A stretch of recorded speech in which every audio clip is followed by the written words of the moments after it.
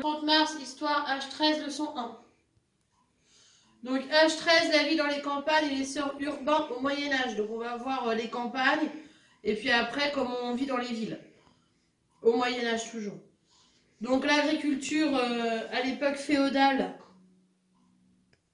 Donc l'agriculture à l'époque féodale, l'immense majorité des gens travaillaient à la campagne sur les terres d'un seigneur, ça on l'a dit de nombreuses fois. Donc le seigneur il est là et puis toutes les terres sont autour. Presque toute la richesse de cette période provenait de l'agriculture, ça aussi on l'a dit, il n'y a pas de supermarché et tout ça. C'est l'agriculture qui va, via les marchés, nourrir la population au château et dans les villages. Lorsque les récoltes étaient mauvaises à cause des intempéries ou des guerres entre seigneurs, une région entière pouvait en souffrir. Toute la nourriture et les vêtements venaient du travail des paysans, qui pourtant ne possédaient presque rien, et dont les conditions de vie dépendaient du seul bien vouloir d'un ou plusieurs seigneurs. Et les paysans, on avait dit, si on les appelle les serfs, c'est les hommes qui, du fait de sa naissance ou par choix, appartiennent à un seigneur auquel il doit verser des redevances spéciales établies par une charte, alors que le vilain, c'est un paysan libre, mais devant lui aussi payer des redevances ou banalités et impôts en échange de protection. Dans les deux cas, ils doivent payer au seigneur des impôts. Donc là, le dessin, c'est le domaine seigneurial, avec en jaune les champs de céréales, en vert clair les champs en jachère, puisque c'était bien respecté, hein, les champs qui devaient ne pas avoir de culture dessus, ce sont les champs en jachère. Les verts foncés avec les petits points, on avait là et puis là-bas, ceux-là, ce sont les landes et la réserve.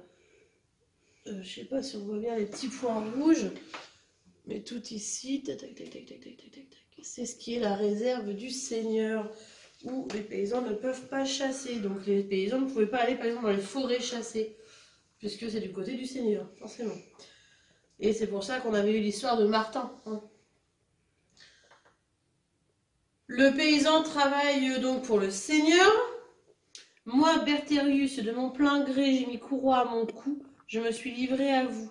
Donc à partir de ce jour, vous et vos héritiers, vous ferez de moi et de mes proches ce que vous voudrez, ayant le droit de vous posséder, de nous vendre, de nous donner ou de nous affranchir. Si de moi-même ou par le conseil d'hommes méchants, je veux me soustraire de votre service, vous pourrez me détenir et me punir, vous et vos régisseurs, comme tous vos autres serfs nés dans les conditions serviles. Donc voilà un recueil des chartes de l'abbaye de Cluny au fin du 9e siècle. Et donc cela signifie que le serf veut devenir propriété du seigneur. Et donc il va lui dire ces petites phrases qui va être le serment pour qu'il devienne serf. Donc il va appartenir entièrement au seigneur, mais en échange il aura sa protection. En dessous, nous construirons des fours qui nous appartiendront et où vous porterez votre pain. Et vous nous laisserez un pain sur 24. Nous ferons également des moulins et vous viendrez à ces moulins ou à celui de l'Escane. Vous nous devrez pour cela un sétier de grains sur 20. Donc un sétier, c'est environ 130 litres, un gros sac quoi. Charte de Beaumont-en-Argonne en 1182. Donc les seigneurs vont créer les moulins, enfin faire les moulins et faire le four pour les paysans, leur laisser libre accès, mais en échange, ils devront payer, on l'avait dit, hein, un pain sur 24, donc à chaque fois qu'ils font 24 pains, ils en laissent un pour le four, pour le boulanger, et donc pour le seigneur, et quand ils vont au moulin, ils vont donner un sac sur 20 en fait, pour le seigneur encore une fois. Donc là, on a le dessin d'un paysan qui apporte les sacs de grains au moulin et un paysan au four banal qui va donc faire son pain et le faire cuire. Puisque, on l'avait vu, il y a un moulin et un pain et un four par village quand ça a été construit par le seigneur. Ce que le paysan doit au seigneur. Donc ils en doivent un tas de choses à ce seigneur et tout au long de l'année. À la Saint-Jean, donc c'est en juin, ils doivent faucher les prés, puis rassembler le foin et le porter au château. Après, ils doivent curer le canal, donc nettoyer tout autour l'eau.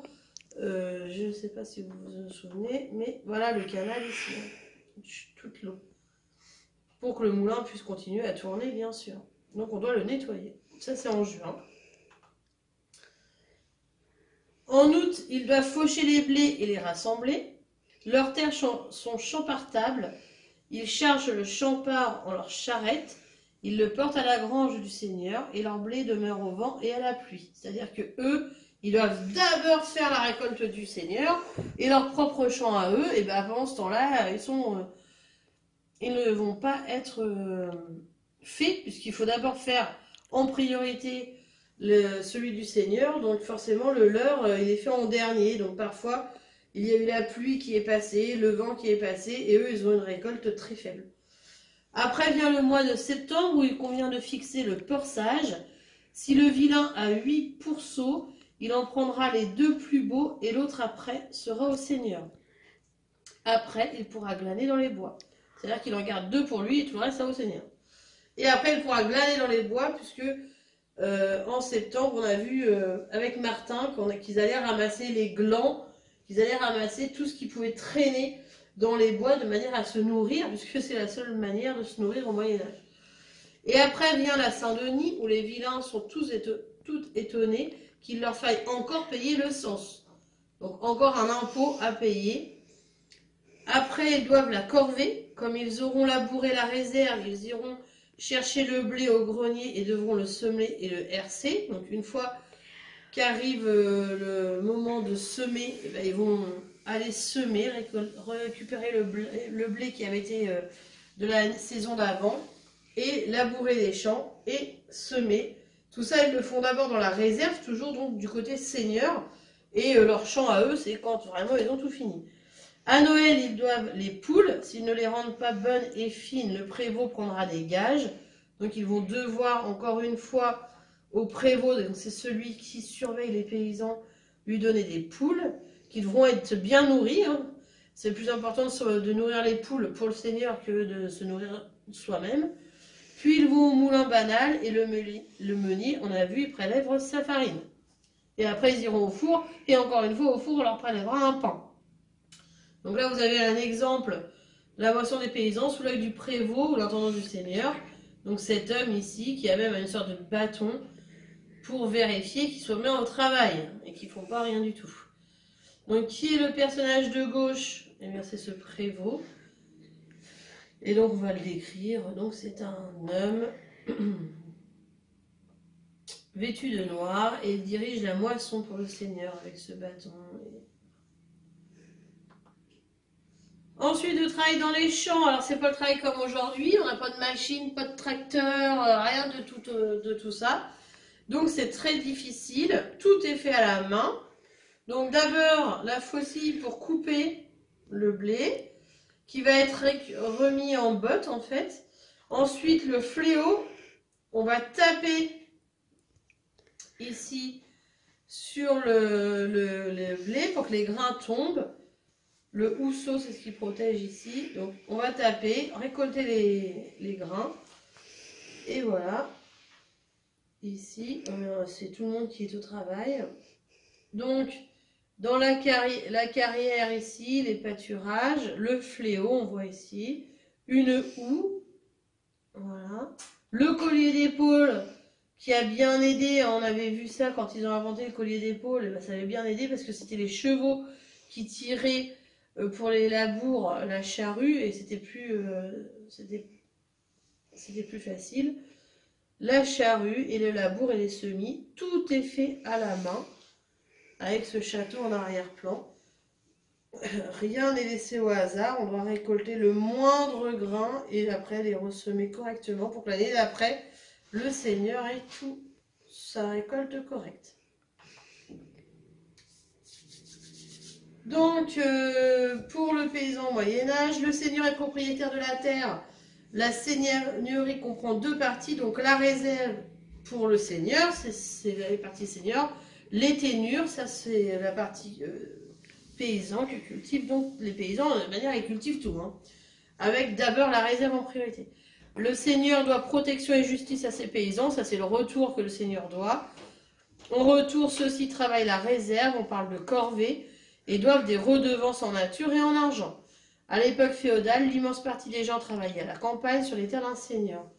Les paysans de cette époque n'ont presque rien, et toute leur vie dépend du seul bon vouloir d'un ou plusieurs seigneurs. À cette période, on va distinguer donc les serfs, qui sont les hommes qui, du fait de la naissance ou par choix, appartiennent à un seigneur auquel ils doivent verser des redevances spéciales établies par une charte. Et on a vu tout à l'heure dans la leçon le serment que va faire le serf. Il appartient totalement au seigneur. Le seigneur peut en faire ce qu'il veut. Et le vilain, qui est un paysan libre, donc lui qui va pouvoir avoir un petit peu plus de terre, on l'avait vu. Par contre, il est libre, mais il doit quand même payer des redevances, des pénalités et des impôts. Donc les paysans doivent au seigneur tout plein de choses dans l'année, on l'a vu. En juin, ils doivent faucher des prés et curer le canal. En août, ils doivent faucher des blés. En septembre, c'est le peursage. À la Saint-Denis, c'est le cens, on leur donne de l'argent. Ensuite, ils ont la corvée. À Noël, ils donnent des poules au seigneur et des gages au prévôt, donc de l'argent. Puis le meunier prélève la farine sur la récolte. Donc au final, on a bien vu avec l'histoire de Martin que les paysans, ils sont extrêmement pauvres. Ils n'ont pas grand-chose. Et avec l'histoire du vilain mire, on comprend que le vilain dans l'histoire, il est un peu plus riche que les autres, parce que justement c'est un vilain et pas un cerf, comme étaient les parents de Martin. Voilà pour la leçon numéro 1. Merci.